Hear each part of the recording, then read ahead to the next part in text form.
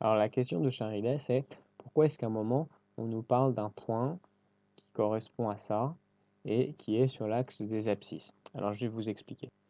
Je vous refais un petit schéma, d'accord? Et dans ce petit schéma, je vais vous dire, imaginons qu'on vous parle d'un point euh, qui aurait pour abscisse Z, Z1, et d'un autre point qui aurait pour abscisse Z2.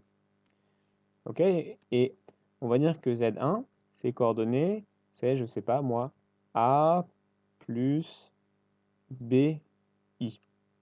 Donc ça veut dire que pour trouver où est Z1, si je connais ma distance A et ma distance B, eh ben, je vais savoir que le point d'affixe Z1, il est à cet endroit.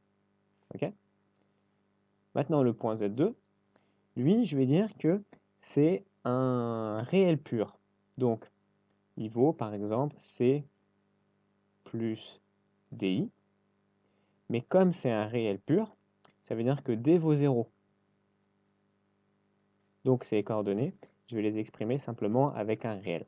Et du coup, il va être sur l'axe des abscisses, comme le sont tous les réels purs. Ok? Et, euh, et je ne vais pas prendre n'importe quelle valeur C. Je vais dire, je veux que C, ça corresponde à cette distance. Ok? Bon, imaginons que ça vaille 3 cm. Ok? Donc, à la place de C, bah, je vais dire 3. Donc, je vais mesurer depuis l'origine, 3 cm. Et là, je vais placer mon point. Et ce deuxième point, il correspondra au point d'affixe Z2.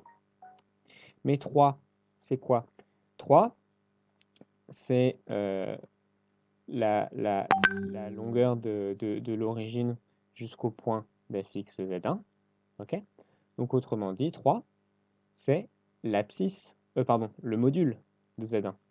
Donc, à la place d'écrire 3 ou à la place d'écrire C, je pourrais dire le module de Z1. Voilà.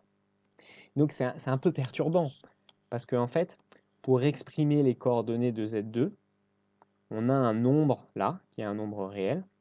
Mais en fait, ce nombre réel, il peut s'exprimer comme le module d'un nombre réel. Mais en fait, il ne faut pas se laisser décontenancer par le fait qu'on ait un autre nombre. Pardon, j'ai dit nombre réel, je voulais dire complexe. Donc, ce nombre complexe, il est exprimé par le module d'un autre nombre complexe. Mais pour se simplifier les choses, il faut oublier cette écriture, il faut se dire cette écriture. Ici, dans mon exemple, ça veut juste dire 3. Ça veut juste dire 3. Ok? Donc, ici, c'est la même chose. En fait, ça correspond à mon 3 qu'il y avait ici. Ça veut dire que j'ai un autre nombre complexe. Donc, c'est un peu l'équivalent de Z2. Mais dans mon nombre complexe, il y a uniquement la partie réelle. Il n'y a pas de partie imaginaire.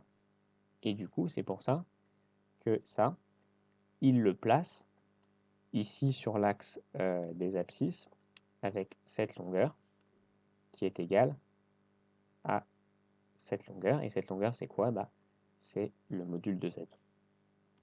Voilà, c'est un peu subtil. Alors, si vous n'avez pas compris à l'issue de cette vidéo, dites-le moi sur Slack et je vais réfléchir comment je pourrais trouver un autre exemple pour essayer de simplifier encore.